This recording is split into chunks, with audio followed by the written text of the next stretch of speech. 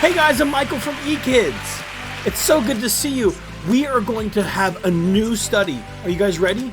We're going to learn about Moses. Now some of us have learned a little bit about Abraham, Isaac, and Jacob, and then his son Joseph. And Joseph ends up going to become like the number 2 most powerful guy in all of Egypt. Yep. But something weird happens. Between Joseph and Moses, there are many, many years that happen, and the Hebrews end up becoming slaves to the Egyptians. I know, crazy. They go from being like in charge to being slaves. So that's not good. Something has to change. Well, we're going to find out. The thing that changes is, well, Moses. Yep, that makes sense. God uses Moses to do some really cool things. We're going to learn the story about Moses. But as we're learning it, I also want to remind you to remember Deuteronomy 6:5. Check it out. I've got my Bible here, my Action Bible, and I have Deuteronomy 6:5. Yeah, you can see I have it highlighted right here.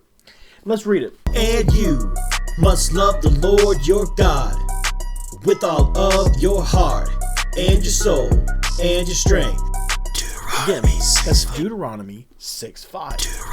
So what I want to think about is, well, how did Moses love God with all of his heart, all of his soul, and all of his strength? And what about the other characters in this story? Did they love God with all of their heart, all of their soul, and all of their strength? And how? How do we know? And then maybe there are some characters in the story that, well, didn't love God with all of their heart, all of their soul, and all of their strength. So let's figure that out. Also, I want to ask you a question. Are you ready? Do you love God with all of your heart, all of your soul, and all of your strength? That's a good point. And how? If someone were to write a story about you, would it show that you love God? So, and if so or if not, how can you show that you love God? If you were in the story that we're about to show, what would you do? How would you show God that you love him if you were in this story? So let's think about these things. Let's think about loving God if the characters did or the characters didn't. Let's think about yourself, whether you do or you don't love God. And let's think about how the characters show it and how you can show it. I'm excited. I'm ready to go. Are you guys ready to watch the story? All right, let's do it. Here we go. This is Moses. Hey-o. Moses was a descendant of Joseph's brother Levi. Hey. Joseph and his brothers had many children and grandchildren who lived happily in Egypt. Eventually, a new pharaoh came to power who knew nothing of Joseph or what he had done. This pharaoh feared the Israelites because there was a great number of them living in Egypt, so he wanted to put a stop to their prosperity. Pharaoh made the Israelites slaves. He made them work long, hard hours building up Egyptian cities. But his plan didn't work, and the Israelites grew more in number and in strength. Eek. So Pharaoh made a rule that no Israelite boy would be allowed to live in Egypt. This is where Moses' story begins. You see, when Moses was born, his mother saw that he was a special baby, and she kept him hidden for 3 months.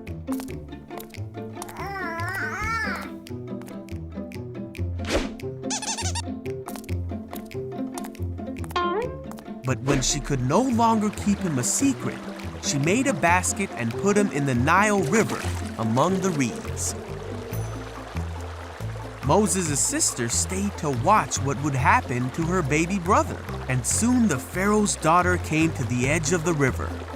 When she saw the basket, she sent her servant to get it. When she saw the baby, she felt sorry for him, thinking he must be an Israelite baby who wasn't supposed to live. Excuse me.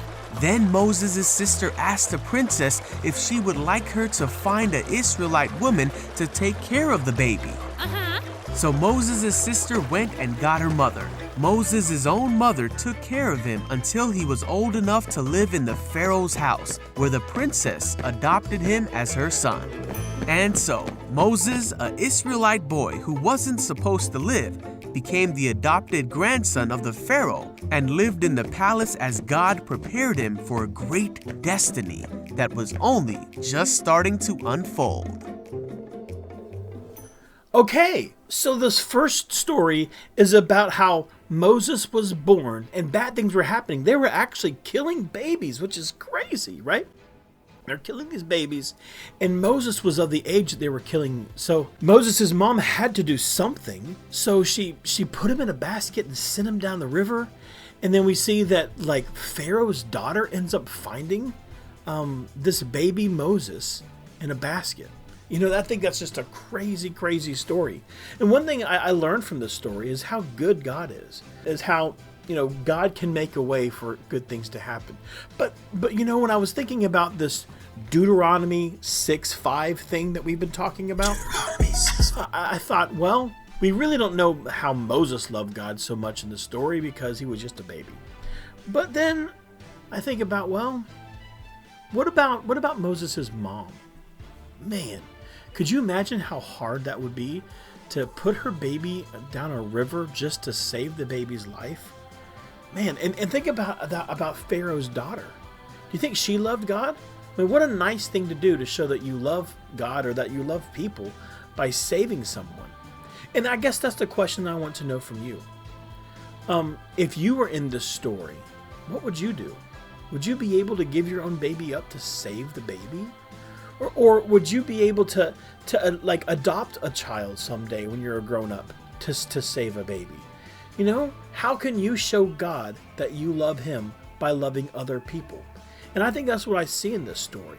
That we see some characters in this story showing that they do love God and they do love people. Now, look, you're not a grown up yet, right? So you can't adopt a baby. But what you can do is that you can be kind and you can be loving towards other people that in school, at home, in your family. You know, you can be kind to people and show them that you love them. You can show God that you love him by loving other people. That's a challenge I have for you this week. See if you can love other people. And by loving other people, you can show God how much you love them. Good idea? All right, guys. Well, that's all I have for this week. I love you, and I hope you have a fantastic week. And for now, bye. See ya.